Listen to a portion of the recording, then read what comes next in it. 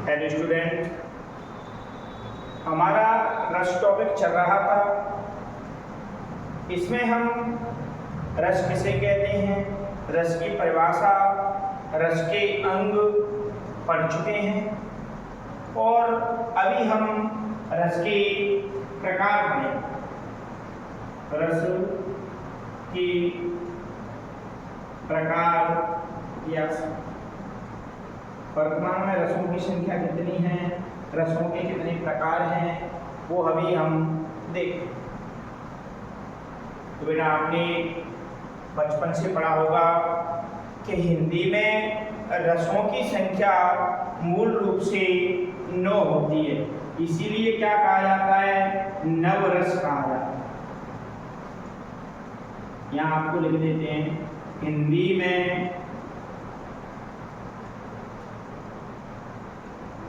रसों की संख्या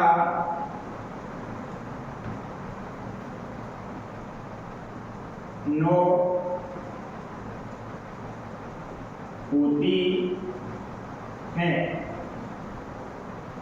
होती है, इसलिए नवरस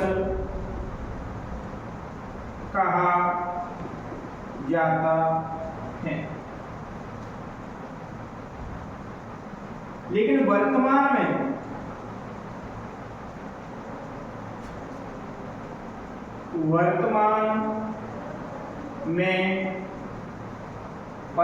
में आधुनिक मनीषियों के अनुसार वर्तमान में रसों की संख्या बेटा क्या है, 11 है। कितनी है वर्तमान में रसों की संख्या? 11 है। वो 2 रस कौन कौन से हैं, कौन कौन से जुड़े हुए हैं, उन रसों को हम समझेंगे कि नए जो रस हैं 2 कौन कौन से हैं।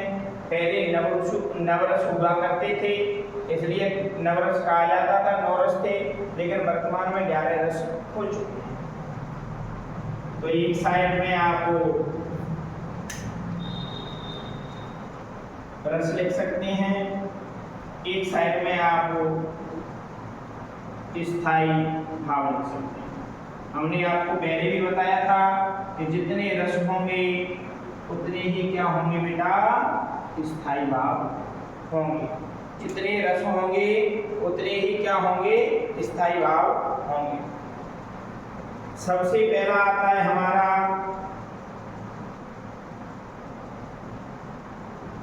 श्रृंगार रस। श्रृंगार रस का स्थायी भाव होता है रति या प्रेम। ये जो रति प्रेम है, पति पत्नी के प्रेम का वर्णन रहता है इसमें। दूसरा करुण रस, करुण का स्थायी भाव होता है शोक या दुख। तीसरा है आपका वीर रस, वीर का स्थायी भाव होता है उत्साह या जोश।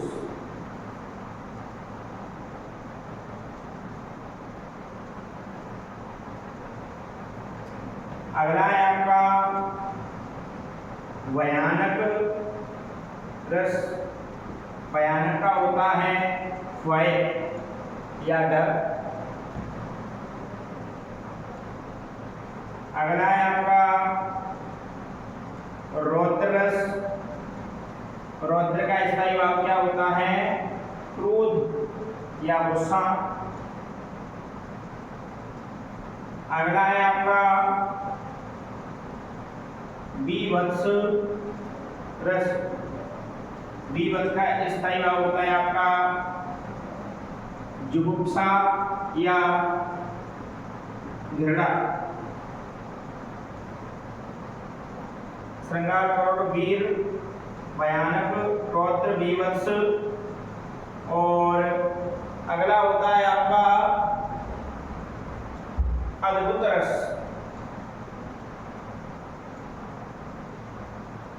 अद्भुत का होता है आपका आश्चर्य या विस्मय। अद्भुत का स्थायी भाव क्या होता है बेटा? आश्चर्य या विस्मय। अगला होता है आपका हास्यरस। हास्य का स्थायी भाव होता है हास या हंसी। नौवा रस किसे कहा जाता है बेटा? नौवा रस है आपका शांत रस। शांत का स्थायी भाव होता है निर्वीर या वैराग्य। शांत का स्थायी भाव क्या होता है? निर्वीर या वैराग्य। अभी डिस्प्ले पर इतना ही दिख रहा है, तो दो रस को हम इधर लिख लेते हैं।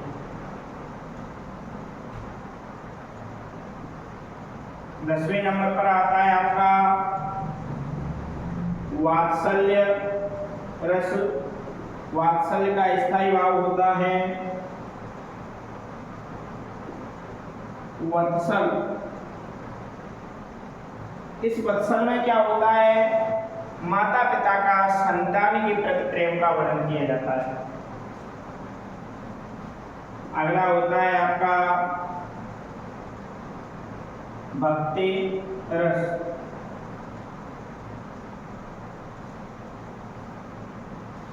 भक्ति रस, और भक्ति रस का होता है आपका स्थायी भाव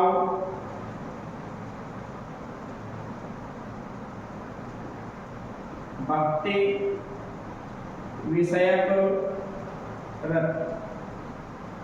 भक्ति रस का स्थायी भाव होता है भक्ति विषयक रति, या आप ईश्वर के प्रति प्रेम हैं तो आप ये भी लिख सकते हैं ईश्वर विषयक रस। ये हमारे 11 रस हो चुके हैं और इनके साथ में ही इनके क्या हो चुके हैं? स्थायी भाव हो चुके हैं। तो बेटा एक बार इन्हें हम पुनः समझ लेते हैं कि जो हमारा श्रृंगार रस है, श्रृंगार रस का स्थायी भाव क्या है? रति और प्रेम। इस रति या प्रेम में नायक नायिका के प्रेम का वर्णन किया जाता है, माने पति पत्नी के प्रेम का वर्णन करता है। जैसे आपने पढ़ा है राम को निहत जानकी, तो इसमें नायक नायिका के मिलन का और वियोग का दोनों का वर्णन रहता है श्रृंगार रस में। अगला है आपका करुण रस। तो करुण रस का स्थायी भाव क्या होता है? सुख या दुख। जहां किसी उदाहरण के माध्यम से हमें सुख होता है या दुख होता है तो वहां करुण रस की प्रधानता होती है। अगला है हमारा वीर रस। वीर का होता है उत्साह। जब हमें किसी कहानी या किसी उदाहरण के माध्यम से उत्साह या जोश पैदा होता है हमारे अंदर, तो उसे जगह कौन सा रस होता है? वीर रस होता है। अगला है हमारा भयानक रस। तो भयानक का स्थायी भाव होता है भय।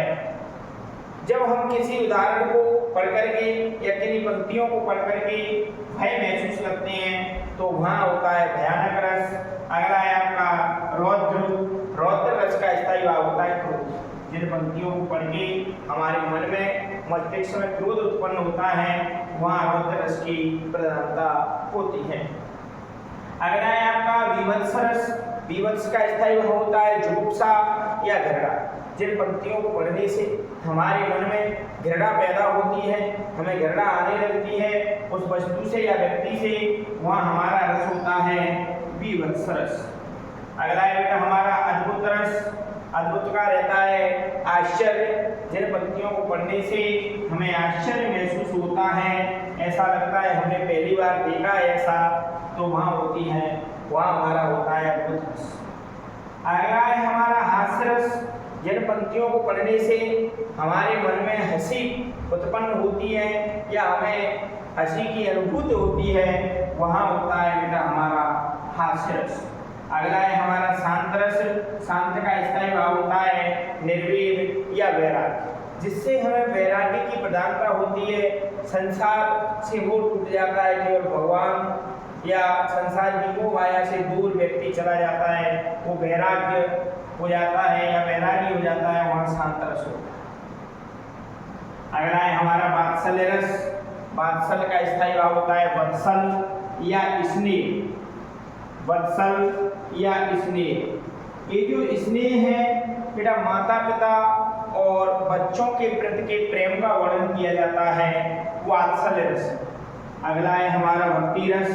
भक्ति रस में ईश्वर विषयक रति माने भगवान के प्रति जो आप प्रेम रखते हैं, भगवान से जो आप प्रेम करते हैं उसका वर्णन किया जाता है भक्ति रस में। इसलिए वर्तमान में रसों की जो संख्या है कितनी है बेटा 11 है, और हिंदी में मूल रूप से रसों की संख्या कितनी थी 9 थी, इसलिए नवरस कहा जाता था। यहाँ तक कोई दिक्कत होगी नहीं आपको, एक बार आप इन्हें नोट कर सकते हैं, उसके बाद आगे चलते हैं। सबसे पहला था हमारा श्रृंगार रस।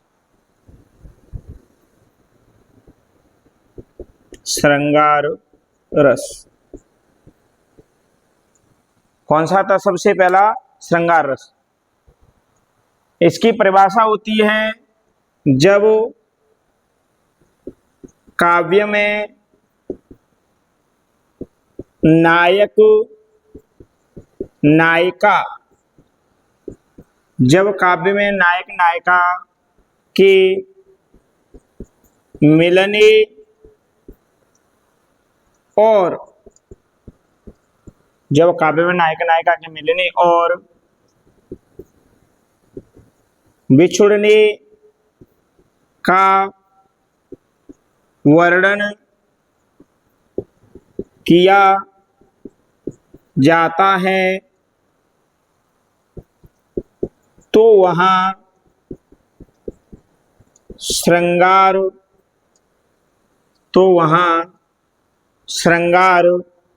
रस होता है। बेटा क्या परिभाषा है हमारी श्रृंगार रस की? जब काव्य में नायक नायिका के मिलने का या बिछुड़ने का, दोनों में से किसी का भी वर्णन किया जाता है तो बेटा वहाँ कौन सा रस होता है? वहाँ श्रृंगार रस होता है। तो श्रृंगार रस के भेद आते हैं, आगे आते हैं। श्रृंगार रस के भेद। बेटा जब बात हुई है श्रृंगार रस के भेद की, तो श्रृंगार रस के क्या होते हैं? 2 भेद होते हैं। कितने भेद होते हैं? 2 भेद होते हैं। पहला होता है आपका, इधर ही लिख देते हैं तो यहाँ पूरा हो जाएगा। पहला होता है आपका नंबर 1 संयोग श्रृंगार, और नंबर 2 होता है आपका वियोग श्रृंगार। बेटा श्रृंगार रस के कितने भेद होते हैं? श्रृंगार रस के 2 भेद होते हैं। नंबर 1 संयोग श्रृंगार, नंबर 2 वियोग श्रृंगार। इसमें हमारा लिखा हुआ है सबसे पहले संयोग श्रृंगार, तो इस संयोग श्रृंगार को हम पढ़ लेते हैं, हेडिंग बनाएंगे संयोग श्रृंगार। संयोग श्रृंगार की परिभाषा है छोटी सी। जब काव्य में केवल क्या होता है? जब काव्य में नायक नायिका के मिलन का वर्णन होता है। जब काव्य में केवल क्या होगा? नायक नायिका के मिलन का वर्णन होता है तो वहां कौन सा रस होगा बेटा? तो वहां संयोग श्रृंगार रस होता है। जहां नायक नायिका के मिलन का वर्णन किया जाता है जिस रस में, वहां संयोग श्रृंगार होता है। इसका बेटा एक उदाहरण आपने पढ़ा होगा पहले से ही। उदाहरण था इसका, राम को रूप राम को रूप निहारत जानकी, राम को रूप निहारत जानकी, कंगन के नग की परछाई, राम को रूप निहारत जानकी, कंगन के नग की परछाई,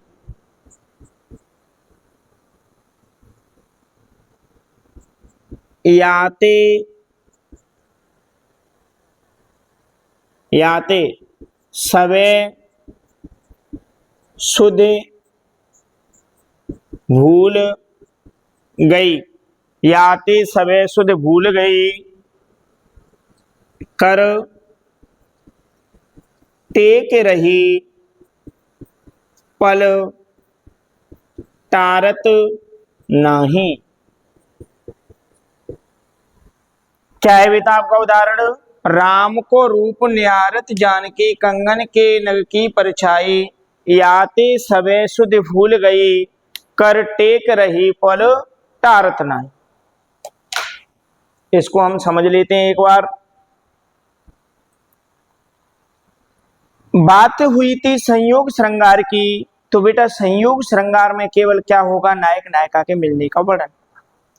तो नायक नायिका के मिलने का वर्णन होगा, तो इस उदाहरण के माध्यम से कैसे पता चल रहा है कि यहाँ नायक नायिका के मिलने का वर्णन हो रहा है, वो हम समझते हैं इसको अभी। कि राम को रूप निहारत जानकी, भगवान श्री राम जी के रूप को सीता मैया माने जानकी जी क्या कर रही हैं? निहार रही हैं, माने देख रही हैं। कंगन के नग की परछाई, कहां पर? कंगन पर, उनके कंगन के नग में क्या पड़ रही है? परछाई पड़ रही है, उस पर निहार रही हैं। याते सबे सुध भूल गई, उनके रूप को देखते देखते वे सब कुछ भूल चुकी हैं।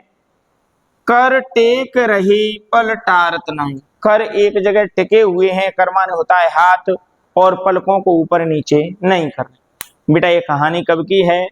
जब शादी पर पति और पत्नी माने दूल्हा और दुल्हन बैठे हुए होते हैं, तो ऐसे कर माने हाथ होते हैं बच्ची के, तो ऐसे ही यहाँ सीता जी के कर रखे हुए हैं, माने हाथ रखे हुए हैं, उन हाथों में वो कंगन पहनी हुई हैं। तो उस कंगन पर भगवान श्री राम की परछाई पड़ रही है, जैसे आप शीशा में देखते हैं वैसे। तो उस परछाई में भगवान श्री राम के रूप को सीता जी देख रही हैं। वही वर्णन किया गया है कि राम को रूप निहारत जानकी, कंगन के नग की परछाई, माने भगवान श्री राम के रूप को जानकी जी कहां पर देख रही हैं? कंगन के नग की परछाई में देख रही हैं। याते सबे सुध भूल गई, और उनके रूप को देखते देखते वे सब कुछ भूल चुकी थीं।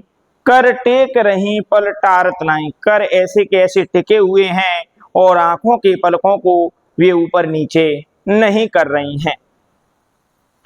ये आपका था संयोग श्रृंगार। इसके बाद आता है इसका दूसरा रूप, वियोग श्रृंगार।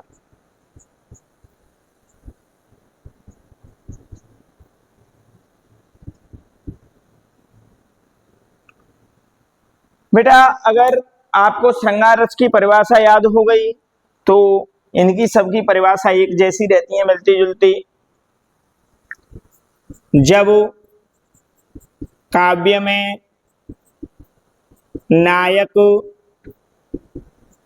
नायिका के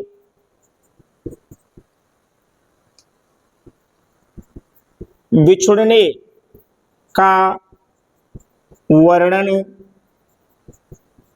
किया, नायक नायिका के बिछुड़ने का वर्णन किया जाता है, तो वहां बेटा कौन सा होता है? तो वहां वियोग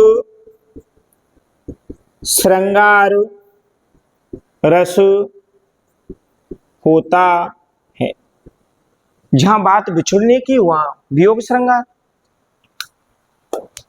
तो इसी को भी हम सीता जी से ही रिलेटेड उदाहरण ले लेते हैं।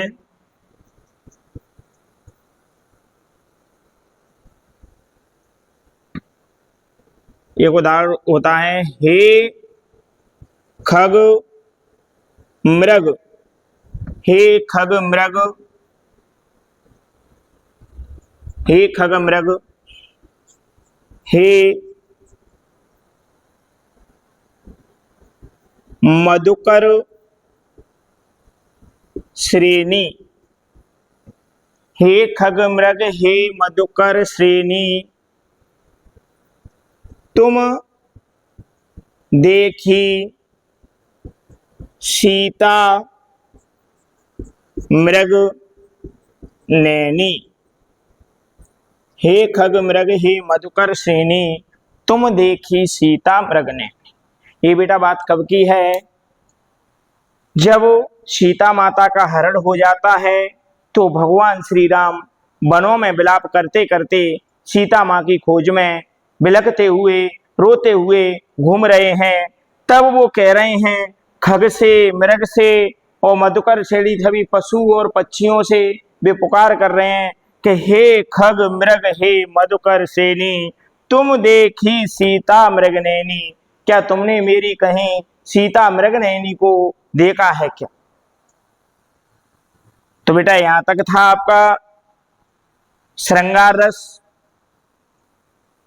श्रृंगार रस की परिभाषा थी कि जिसमें नायक नायिका के मिलने और बिछुड़ने दोनों का वर्णन होता है, वहां होता है बेटा श्रृंगार रस। फिर श्रृंगार रस के हमारे दो भेद थे, नंबर 1 था संयोग श्रृंगार और नंबर 2 था वियोग श्रृंगार।